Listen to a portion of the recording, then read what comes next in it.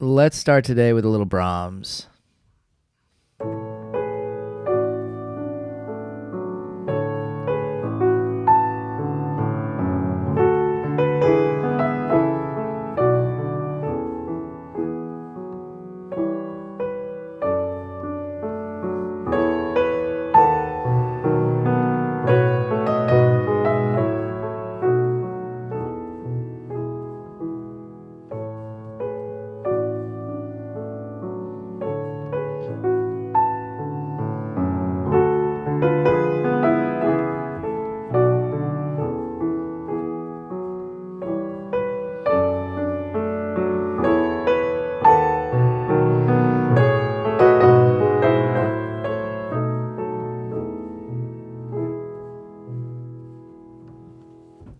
Recognize that one? Of course. Yeah. That is Brahms Opus 118 number 2 Intermezzo. Yeah, he wrote these. Pretty well known. Yeah, it's one of his more famous intermezzi. He wrote these really intimate solo piano pieces toward the end of his life. This is Johannes Brahms, Romantic era composer, so we're talking 19th century. If you know Robert Schumann, that was one of his mentors. And Wait, Schumann was one of Brahms' mentors, or Yeah. Brahms was one of Okay. No, Schumann, a little older, was one of his mentors. Brahms famously in love, hypothetically, theoretically, With his sister. with his wife. Oh, that was his wife, Clara Schumann. Yeah, come on, you do that. Nah, I didn't. I was Come kind of on, just you like, trying to mess with me? no, I think you know what it was. I think when someone's in love with someone, like sister, I'm like, of course, everyone loves like the hot sister. Yeah. So Yeah, I was giving him the benefit of the doubt that it wasn't No, it was like, even more scandalous. right, and that's more why it was unrequited, because she was married. And To we Robbie. probably have that unrequited love to thank for all this great music, Yeah, all that pain. it's like we referenced in another episode, or are going to reference in another episode, Right. depending on when we release these for release. Oh yeah, We have love to thank for a piece that now like 7-year-olds play all the time. yeah. Anyway, So sorry, I really biffed that. No, this is definitely how this podcast is going to go. But yeah, so these are the last pieces that he wrote before he kind of retired, from writing, and then came back to writing for these clarinet works that you also play on the viola, the Opus 120, the sonatas, the clarinet sonatas / viola sonatas. But these are like kind of, his swan song. He returns to the piano late in life. He started at the piano. I mean, he is a pianist, and his Opus 1 is a piano sonata. So he kind of goes off, ventures forth compositionally, ends up composing a ton of beautiful, amazing chamber music. If you want to get to know Brahms, you should really listen to his chamber music, like the piano quartets, the 3 piano quartets. To me, especially the C minor piano quartet is like immediately gripping. And the G minor piano quartet, that's like a festival favorite. That is you know the how many last times movement. I've it's just like everyone is so just horny for that one. Yeah, it's a sexy one, and actually, yeah. Well, we don't have to get too nerdy about it, but that's like the sexy part. Oh yeah, the little interlude there in the middle of the dance. Daniel's not enjoying this right now. He doesn't. No, like no, that I'm uncomfortable because I want to finish my point, but I knew this would happen. What was I going to talk about? Oh yeah, no, just that these. What I like about these late pieces is that everything is kind of distilled at this point in his life. It's like you can hear at the beginning he's out there trying to make it. Robert Schumann had touted him as this savior of the new age, that he was going to be the next Beethoven. He was hailing him as this great pioneer, and this put a tremendous weight and pressure and anxiety on Brahms in terms of his composing. He didn't actually compose a symphony until he was 40 years old, so he put off the kind of biggest genre, the genre that someone like Beethoven was championing, to say, well, I'm not ready for that. Oh, I'm not ready for that. Oh, I'm not. And to some degree, I feel like as he returns to these intimate piano pieces, these solo piano pieces, it's kind of like getting in touch with a part of him that is, he's assimilated all his, desires and styles throughout his life, and now he's just getting into something that isn't just incredibly personal and not for anyone else but himself.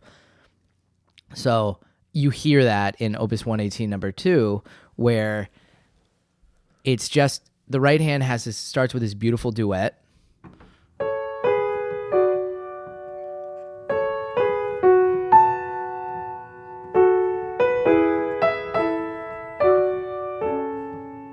We have a melody on top and then a kind of counter melody supporting it underneath. And then the left hand provides these rich bass notes.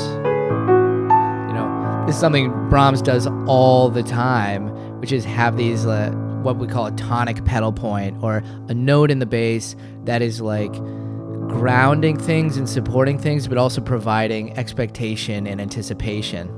It harkens back maybe a bit to also late Beethoven, when he had those vast register shifts and stuff, or like simultaneous high and low register. Yeah, definitely. Beethoven was experimenting with that probably early on in his life, and then toward the end, he just accepted it as part of his like larger spiritual aesthetic or something. And it's like it's a broad view, right? He's not right out of the gate trying to make a splash. He's like. And think about like the B major piano trio that also has that. Where what would it sound like without a pedal? Like, could you re-harmonize it and like? Probably not, but I can try. Or maybe just take the pedal up an octave. Let me see if without the pedal point. What would it? Yeah, I would have to maybe reharmonize. I mean, I can't really do it. I can't even hear it without that pedal point underneath. I know. I'm just wondering if it would sound like more cheesy and more, like it gets like film scorey almost. Or even if you did go,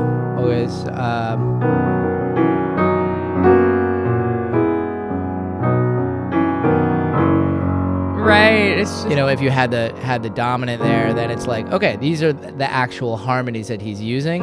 It's just dinkier. It's less of like this is like a heavy melody that carries a lot of weight and emotion.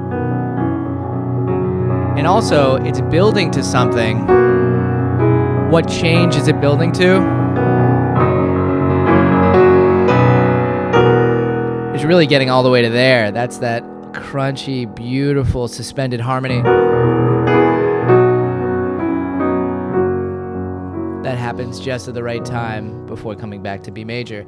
So he's using these devices emotionally, but also structurally for the music, right, to build something and to create these incredible moments.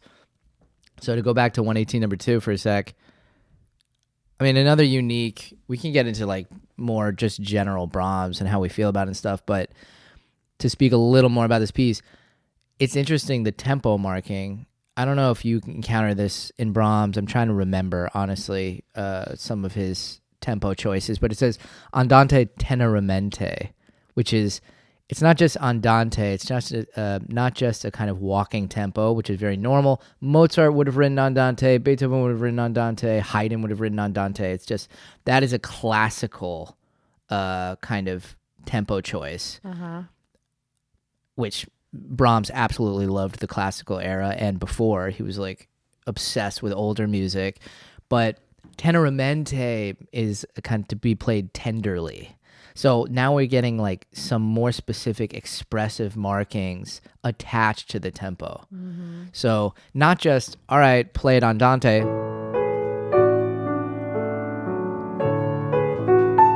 Kind of walking tempo, which has like an ease to it, but tenderly, whatever that means, maybe.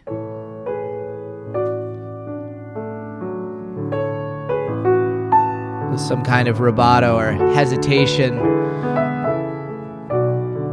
on some of the chords that you want to take time on, so that it has a little more sensitivity and nostalgia.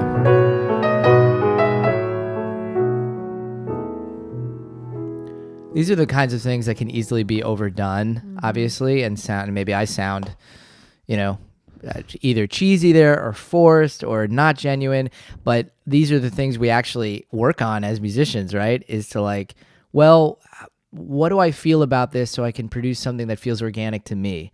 If it feels organic and natural to me in my heart, it'll probably come out authentic there. It's not a mathematical thing that works out. It's not like, take a little bit of time here or a little bit of time there, or, oh no, that's too much. It's like, I've heard performances where it seems like it would have been way overdone, but because the person felt it genuinely, I'm like, I buy it. I totally buy that. I buy that tempo.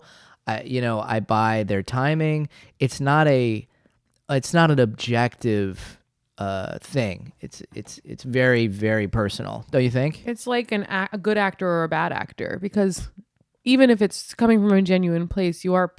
Hello. Sorry, I'm touching your foot. I'm not trying to distract you. Go ahead.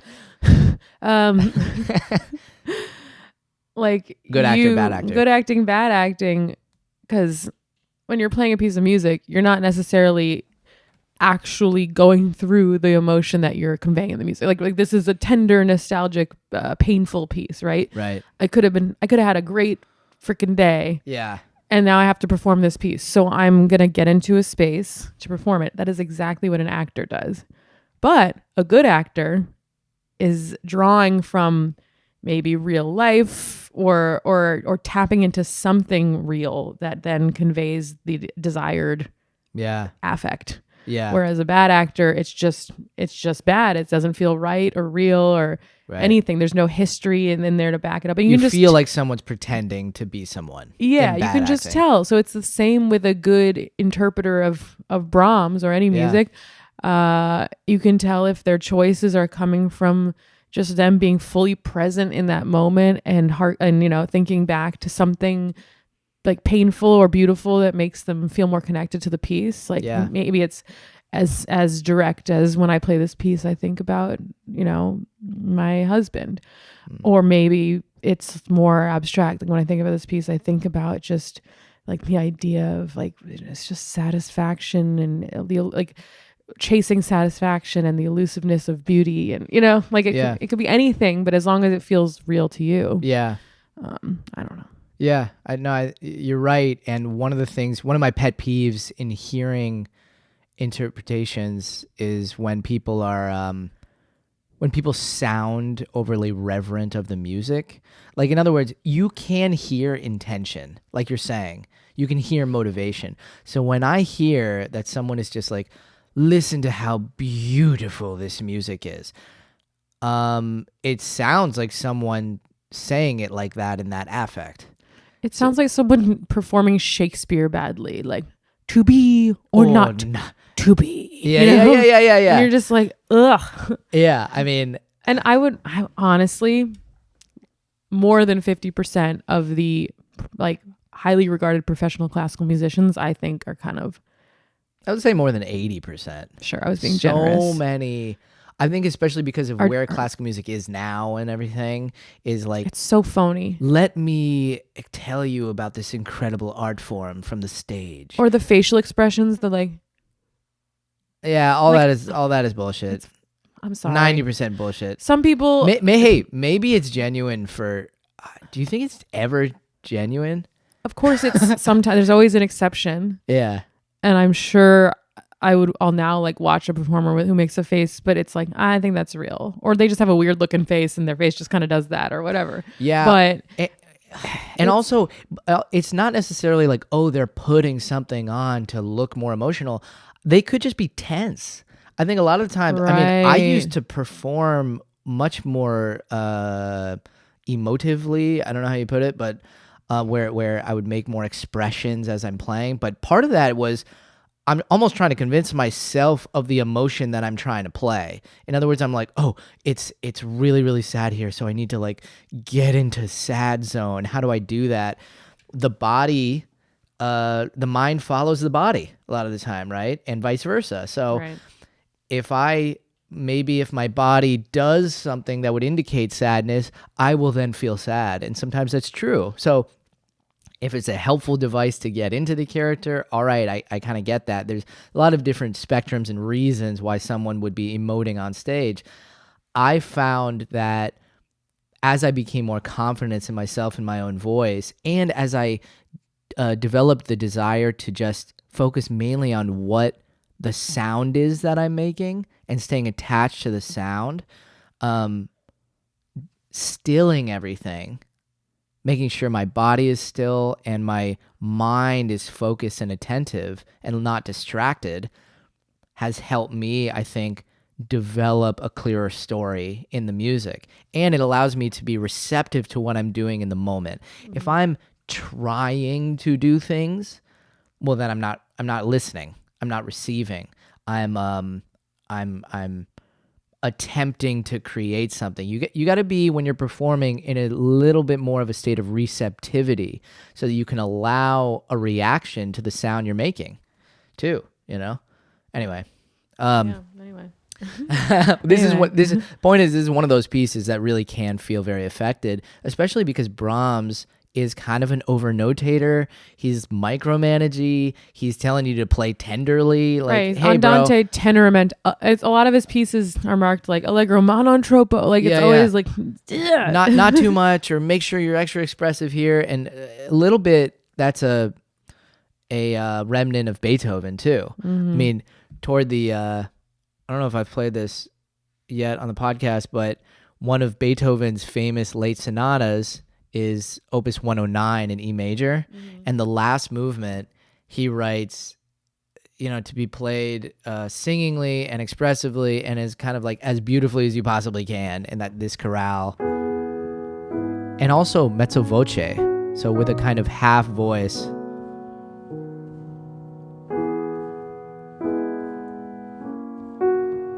It's a simple kind of folk song, but he's telling you to play it with all the expression and heart that you could possibly muster.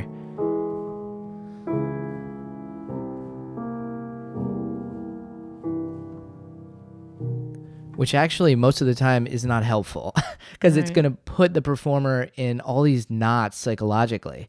It's like, okay, enter a profound state and play this simple music with an air of profundity. And it's like, how about you let me discover what's so beautiful about this music? But that's the thing about Beethoven, is the material itself is not always as profound as he himself is finding it.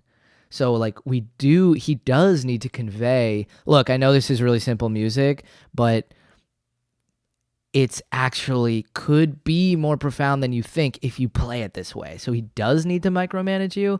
It's a tricky thing, but Beethoven kind of paves the way for over notation, for like not trusting the performer at all. He writes a lot of like sforzandos and a lot of sforzandos, which are like these little accents in the middle of the phrase that like make sure you play this with extra emphasis. Or he suddenly changes from forte to piano in like random places. I have this. Did I pull this up? Oh no, I don't even have it, so I can't play it. But in one of my videos, like where I'm figuring out different markings that someone erased for me on YouTube, one of the first ones that my friend gave me were the Diabelli variations by Beethoven, which I didn't know, which it's a famous piece, but I just never came across it. I think I'm sure I've heard it when I was younger, and I just never came across it. And people don't really play it that much. So, but it's a really simple tune by Diabelli, and it has, if you play it without any markings, it sounds like a dorky little classical tune. But then with the markings from Diabelli and Beethoven, like suddenly it's like, whoa, I'm suddenly getting forte here. I'm suddenly doing a crescendo here. I did not expect, I couldn't predict the markings. which tells you these composers sometimes are trying to do things that are intentionally unorthodox. And the only way to convey that is to actually show you, through notation. Otherwise, it'll just get lost. It'll be washed over, especially in 20 years, 30 years, 40 years, 50 years, 100 years. And Beethoven is maybe one of the first composers who's thinking that long, who's like, you know what, I want my music to last. So I want to make sure that what I've written here is exactly what I mean. What are the Diabelli variations? Do you have them, or can No, you? I don't have them. Okay. Sorry. You can check out my video called "Where Are the Markings" on YouTube, where I play through the theme. Make sure you like and subscribe. Oh, too. Absolutely! Smash that like button. Okay, back to 118. So, there's a tenderness, there's an individualism in this music, and yet Brahms, right? He's steeped in tradition. He loves classical form. He loves Baroque music too, and Renaissance music. And these phrases, even though they're tender and beautiful and sensitive and lyrical, they're incredibly balanced and classically structured. So I'll just show you really quick. We have 4 bars. It's 1, 2, 3, 4. And that's the first half of a little phrase, right? Typically, phrases in the classical period are like this: 4+4 measures or 8+8 measures, but they work out very evenly. So that's the first 4 bars. Here's the next 4 bars.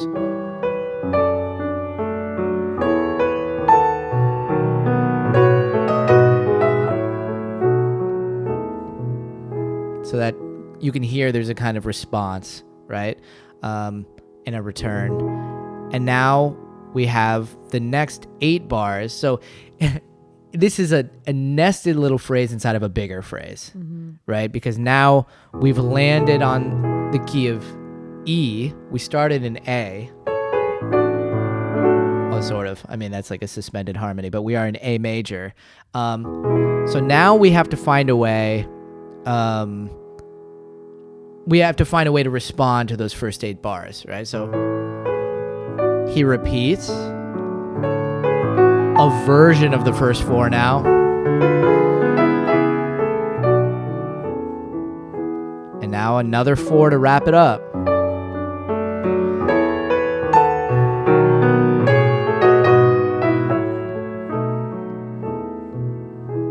Okay, so we've just gone through our little 16-bar phrase, and everything works out super neatly, like Mozart. Just like Mozart. What makes this romantic music and not classical music is the expression. It's the tender affect, the richness of the counterpoint. Also, just the period it was written, right? Like, is there? Well, are there yeah, any but he could have composers- written he could have written. No, I know, but You know. is there any? This is a genuine question about just how we classify these periods. And are there any composers who are completely contemporary to Brahms who we say are classical composers? Or is it just, it's too late I don't know. time-wise? So you could say, oh, they really write in the classical style, but he's a romantic.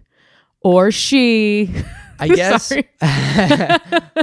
She's a romantic composer. Right, of course. That was a joke because we don't really talk about female composers from this time. No, I mean, thankfully we're playing Clara Schumann's music more now. But, Yeah, we are. Clara? Yeah. Oh. Yeah, we do. I mean, she Okay. just doesn't have that much because she wasn't encouraged to write music. Right. Yeah. Or like Fanny Mendelssohn is a big romantic era Right. female composer. And there are others too, but we're working on it. We're working on it. But wait, so my question about the era,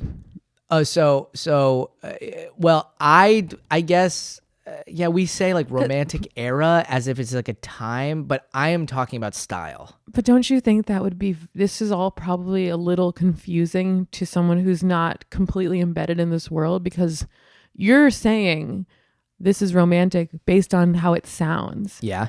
but also this is a romantic era piece. Yeah. And there is romantic sounding classical music by Mozart, of course. Right. Like, the Lacrimosa. It's like we just use too few words. I guess we should so. have like separate words ideally for the era and for the style. Yeah. It's like, well, I mean romantic with a capital R. Right. And I'm referring to the time period. Right. And then there's also just like, it sounds romantic, which is never what anyone is talking about, even though this music sounds so romantic I know, to me. yeah. I guess all this is unnecessarily alienating for the average person. I don't know if I don't want it to be alienating. I feel like, and it's what you do with, it's what you're always trying to do. Just like, I want to invite more people in with it. Like, okay, just so you know, these are like terms that are being kind of used in weird ways. Well, I'm talking about what I learned, which is also maybe problematic, where it's like, what did I learn and how did I learn it and why do I use those terms? Right. I mean, maybe we're due for some new terms. Yeah, but that's not going to happen. Okay. Well, for now, we'll do our best. I will say, what else is it that I think the harmonies too, like what chords he chooses. There are some chords that like classical people or Baroque people like wouldn't have used. In other words, there is a kind of development or a changing of style where composers are using different chords to signify different things. And if you threw them in the Renaissance period, they'd be like, whoa, this doesn't make any sense. But if you put them in Brahms during the 19th century, it's like, yep, that's down the middle of the road, romantic era stuff. So that's why these categories can be helpful to kind of, culture does have its trends, and we got to be able to label what those trends are. Right. To some degree, or categories. We were talking about that earlier. So let me play a little more. Try to see if you can notice what does change in these two phrases. So I'm going to play these 16 bars again, and the second half is going to sound like a repeat of the first half, but there are subtle differences. Let's see if you can just listen for them. Okay.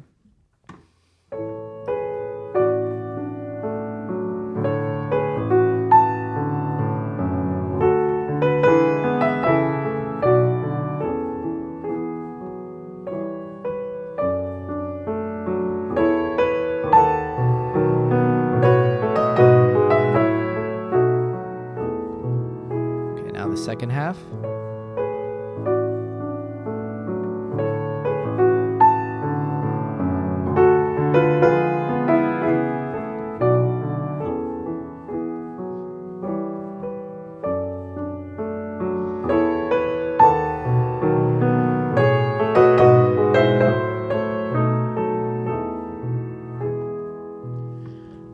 They're more chromatic passing tones, right? Very good. And everyone knows what a chromatic passing tone is, right, Isabel? So, okay. Take it away. But here's the thing. This is one of those terms where it's fun to learn because you'll be like, oh, I hear that all the time in music, in pop music and in like all sorts of music. So the first one goes, wait, hold on. Well, it's in the inner voices, voice, but I'm just trying to remember where it is though. Okay. Okay, so just play it again. All right, sure.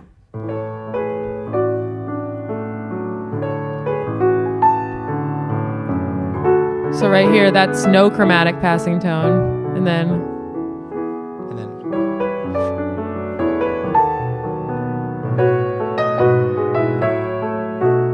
still none. Right. So that's the first half of the phrase, which is nice and clean. Then, and now I'll bring it out a little bit. Yeah. So play those back to back. Play the first one without it. Sure. So. And then. So. Yes. So chromatic means. Let's explain what chromatic passing tone means, because I think I'll try. So chromaticism. Okay, well, when I think of a chromatic scale, it's scale in half steps. So instead of like what we call a diatonic scale, which is just whole half, whole half in the key of C major. That's chromatic a major scale. is all half steps. Chromatics is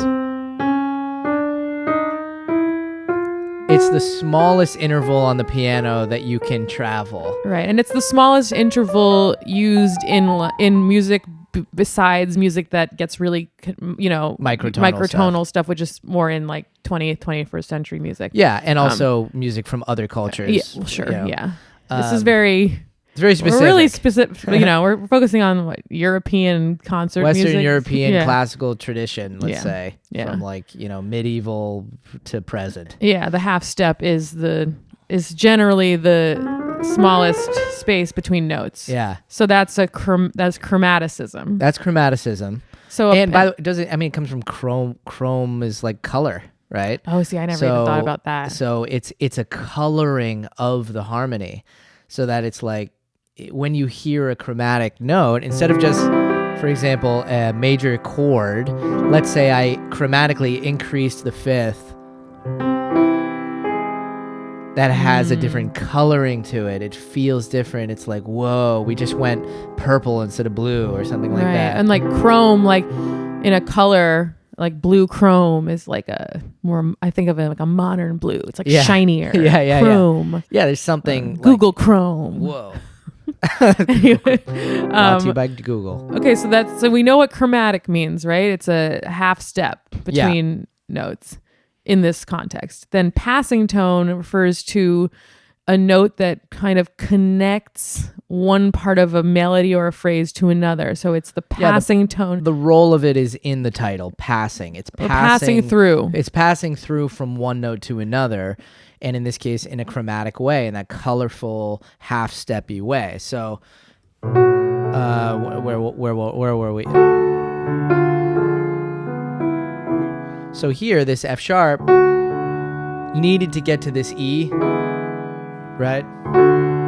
And by the way, that's what happens the first time. Now, it just what goes if right to the E? Right. So what if we traveled chromatically to the E?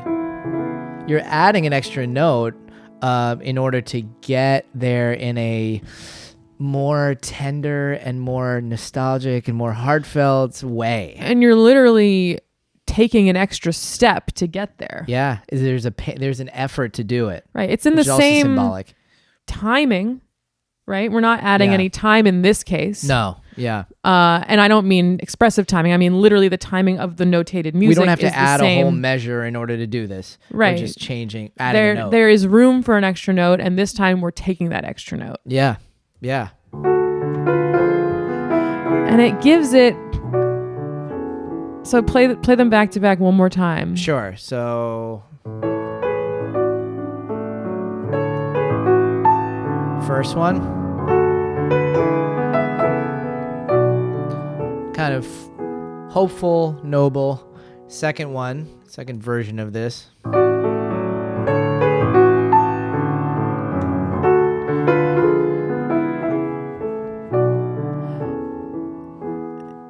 Yeah, I mean, it's weird to me. It's like, well, obviously that makes it sound more nostalgic, a little more tender, less noble, more personal. There's at the very least, something even if different. You don't feel that, it's important to recognize that something has happened or something is different.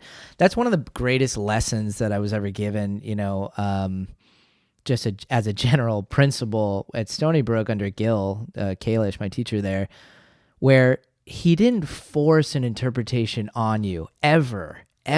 He wouldn't say, this is more nostalgic. Like, ironically, he never put words to it, and it's kind of ironic because I'm kind of trying to put words to what I do, but I love his openness to, all he would tell his student is, doesn't something happen there? He would just leave it open for you to feel it or not feel it, because he didn't want it to feel forced. He didn't want someone to run to the piano and be like, oh yeah, chromatic leading tone, chromatic passing tone means nostalgia, so I'm gonna play it nostalgically, right? Did I do a good job playing it nostalgically because chromatic leading tones mean nostalgia?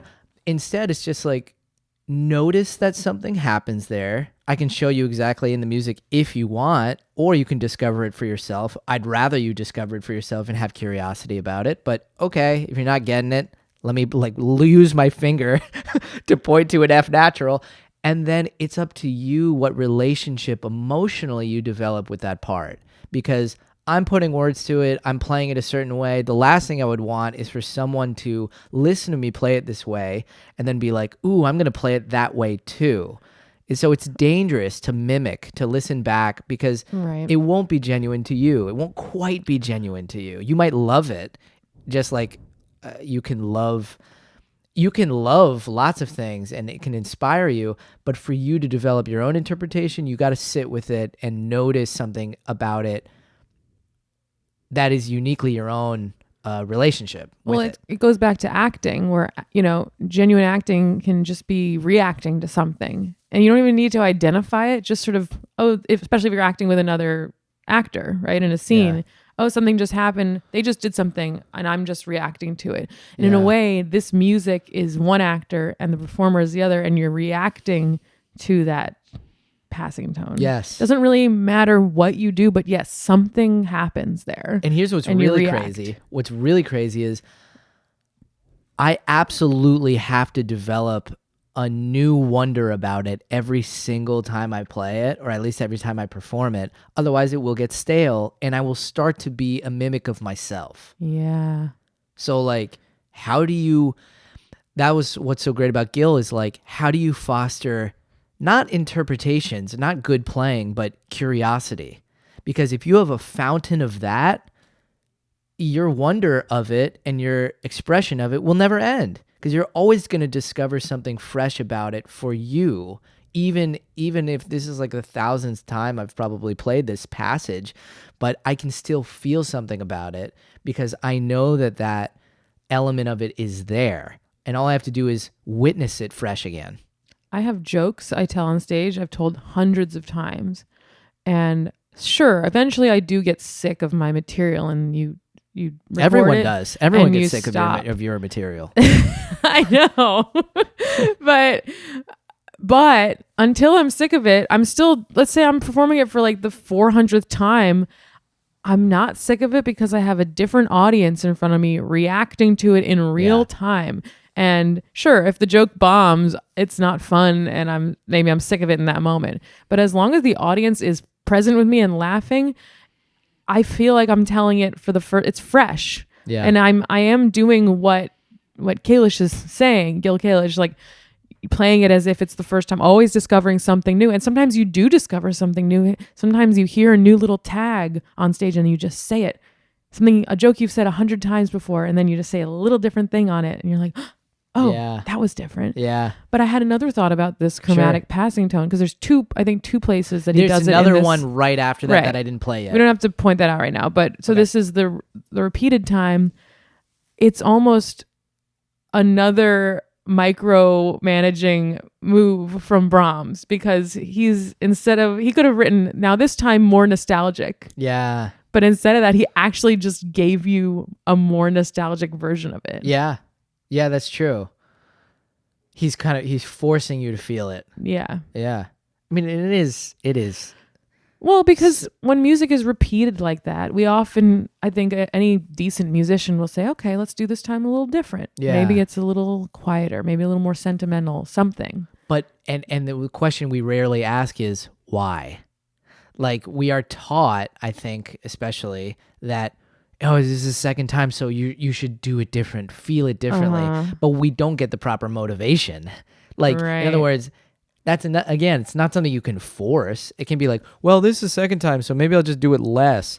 Okay, that's fine. But, like, what would be your motivation for doing that? What would be your deep psychological change that would warrant that? Right, because honestly, also, why is it wrong to play it exactly the same again for the audience? If I'm feeling sometimes like, you know what, I don't feel differently about this part. Nothing changed for me in this moment for whatever reason. Maybe I'm not as inspired or something. I don't change it.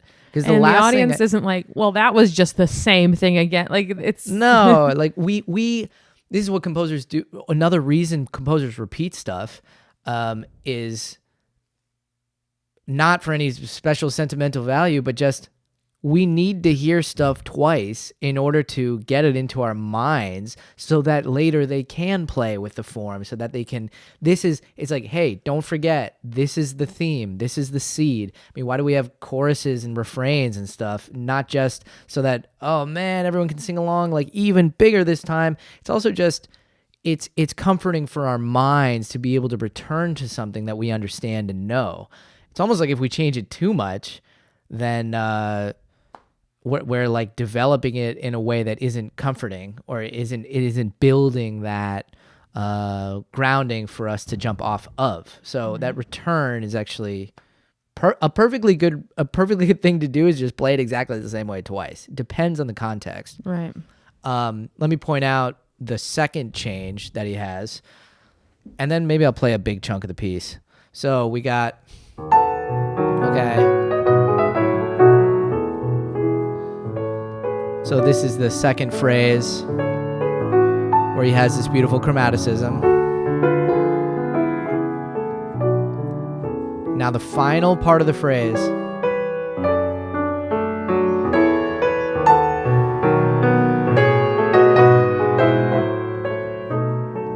And you heard it in the middle voice there, right? So instead of,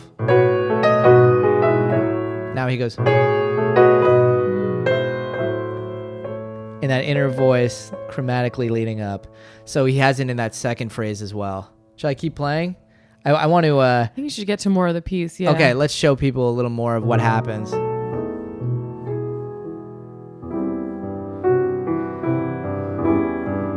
Another pedal point that seems to be leading somewhere.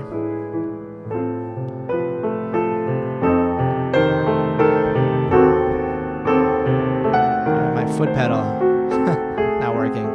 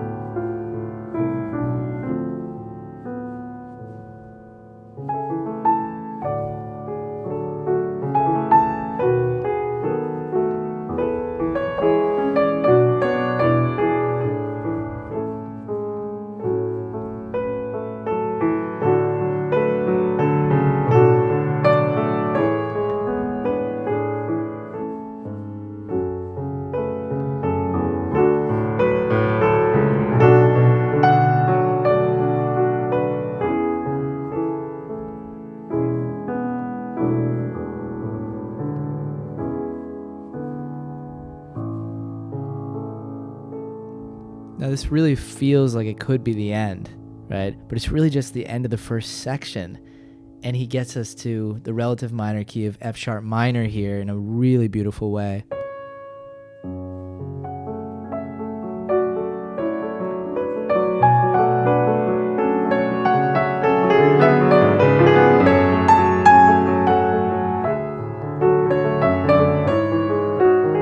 Now talk about repeats. This passage is repeated, and we get to hear the counter melody if we want. So instead of just this top voice, which is itself a beautiful melody, there's actually a melody in the left hand that we could bring out.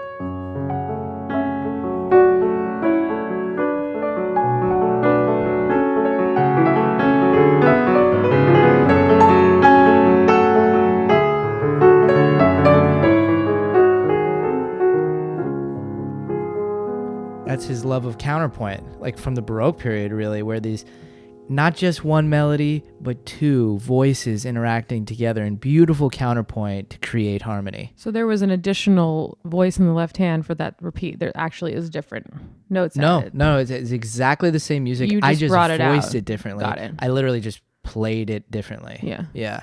And then where do we go from here? Like F sharp minor, we're in this dark, beautiful, sentimental place. And then we ascend to something kind of divine.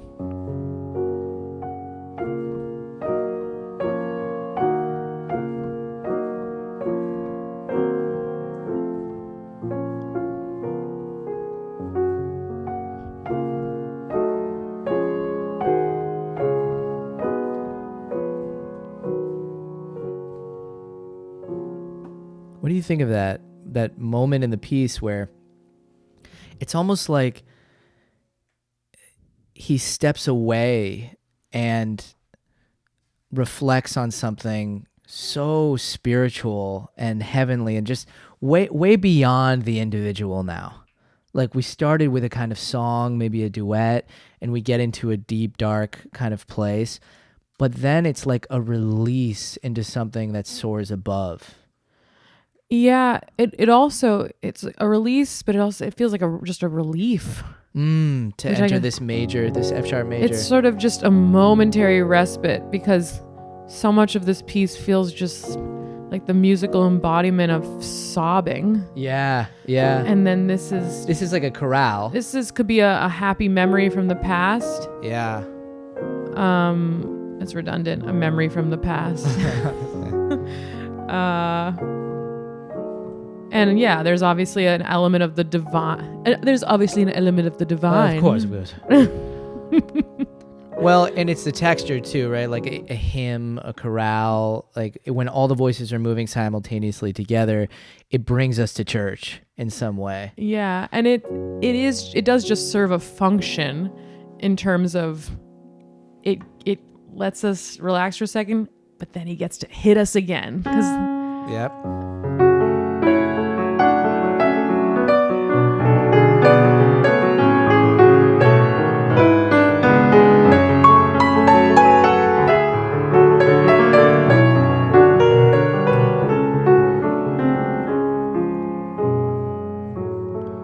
Rip us back to reality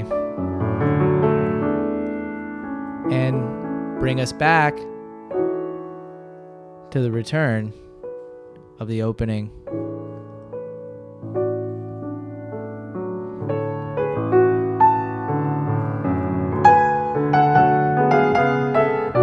Speaking of chromatic passing tones, now the whole melody is a little altered,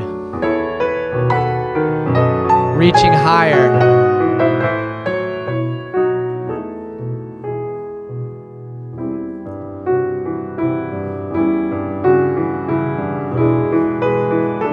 This music takes on a totally different quality now because of where we went.